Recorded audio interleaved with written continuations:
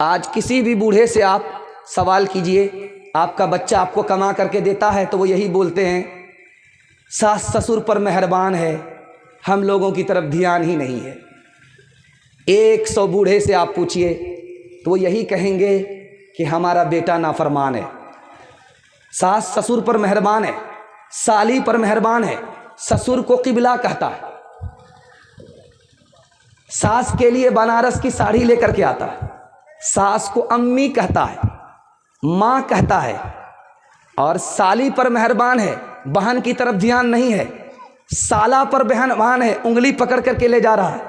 सारी खुदाई एक तरफ, जोरू का भाई एक तरफ। जिस दूध में छाली नहीं वो दूध बेकार, जिस घर में साली नहीं वो घर बेकार। आइए देख लीजिए नाफरमान बेटा कैसा होता है, नाफरमान बेटा कैसे नाफरमान होता है। ये पैगाम आपको देने के लिए जा रहा हूँ। कुछ याद रहे या ना रहे, इसको याद करके ले जाइएगा, आपका बहुत बड़ा फायदा होगा। आप देखेंगे कुछ लोगों को 6 उंगली होती है हाथ में, तो वो हाथ को छुपा करके रखता है, दिखाता नहीं। 6 उंगलियां बोलते हैं उसको, छोटी सी उंगली निकल जाती है।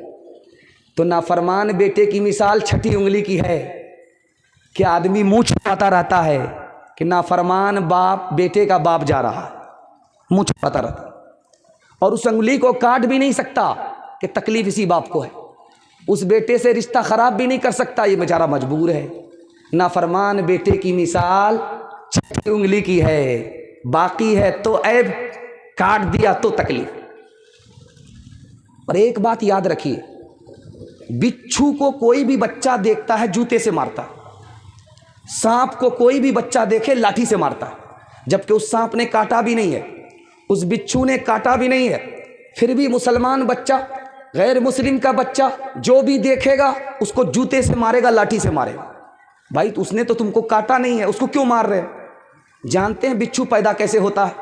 वो माँ के पेट में होता है, माँ की अतड़ी को काट करके खा जाता है, वो माँ को तहस नहस कर देता है, उसके बाद वो पेट से बाहर निकलता है, जंगल की तरफ चला जाता है। माँ के साथ जुल्म करने वाला उस बच्चे के साथ दुनिया का सुलूक देखिए, जहां भी देखा जूता मारा, जहां भी देखा लाठी से खबर ली। नाफरमान बेटे को कदम कदम पर अल्लाह मुसीबत में डालता है, उसको जिल्लत का मुंह देखना पड़ता है।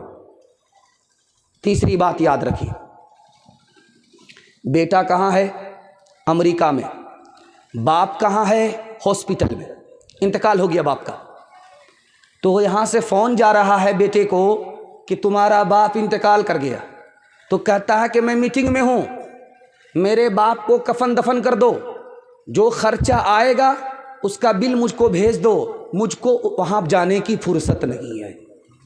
जिस बाप बेटे के ऊपर ये बाप सीना दिखाता था, सर उठा करके चलता था कि मेरा बेटा कहाँ है? अमेरिका में। मेरा बेटा कहाँ है? लंदन में है। उस बेटे को मरे हुए बाप का कंधा देने की फुर्सत नहीं है। चौथी बात बता करके आपको बड़ी हैरत होगी कि बेटा हो नहीं रहा है, शादी हो गई, 10 साल हो गए, बेटा नहीं हो रहा। तो क्या कहता अल्लाह से, ए मेरे परवरदिगार, अगर तू मुझे बेटा देगा तो मैं बदन के कपड़े के अलावा सब कुछ खैरात कर दूंगा। अब अल्लाह ने दुआ सुन ली, बेटा पैदा हो गया। जब जवान हुआ तो दारू का गिलास लेता है, जम करके दारू पीता है। जब नशा सर के ऊपर चढ़ा, किसी का मर्डर कर दिया, मर्डर करके वो तो भाग गया, और ये दुआ मांग करके बेटे को लाने वाला बाप जेल के अंदर चला गया।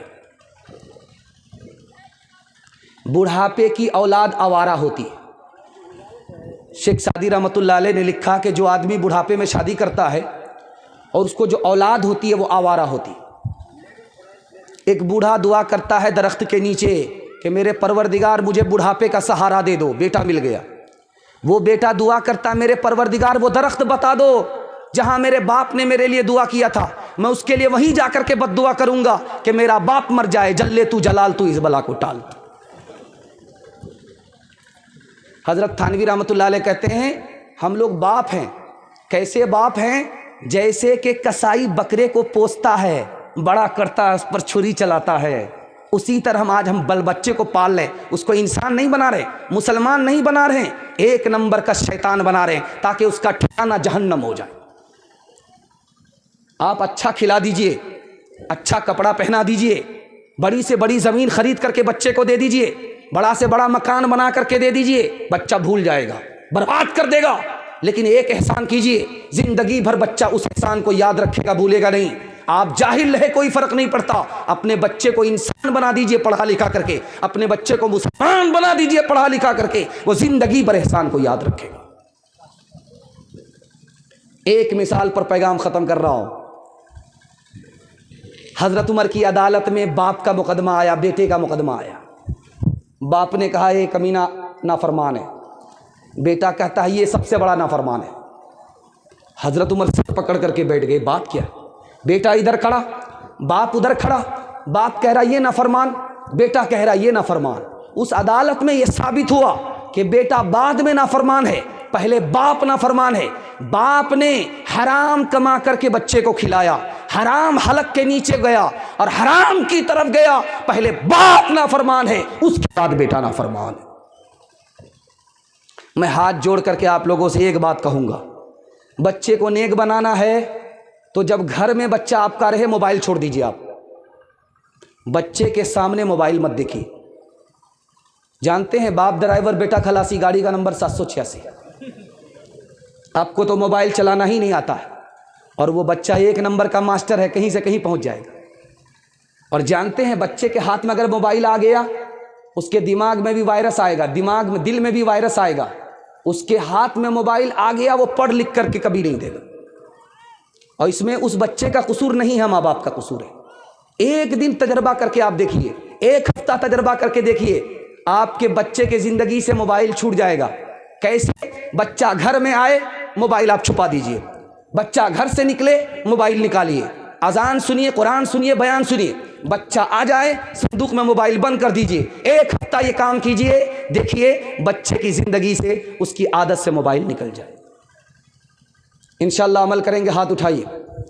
कसूर अपना होगा, इल्ज़ाम बेटे को देंगे, हाथ उठाइए इंशाअल्लाह। एक बादशाह था, उसके 3 वजीर थे। एक बिहारी था, बंगाली था, पंजाबी था। तीनों झगड़ा ज़्यादा करते थे। बिहारी कहता था मैं पंजाबी से अच्छा हूँ, पंजाबी कहता था मैं बंगाली से अच्छा हूँ, कोई दूसरे को अच्छा कहने के लिए तैयार नहीं। बादशाह ने सोचा कि झगड़ा ज़्यादा करते हैं, इन लोगों से कैसे नजात पाएँ। तो एक तरकीब निकाली बादशाह ने, तीनों का इम्तिहान ले लेते, जो पास करेगा उसको रखेंगे, जो फेल हो जाएगा उसको बर्खास्त कर दें। तीनों को बुला करके पूछा, बिहारी से पूछा कि तुमको क्या पसंद है, कहा मुझे बैर पसंद है, कहा बैर लेकर के आओ।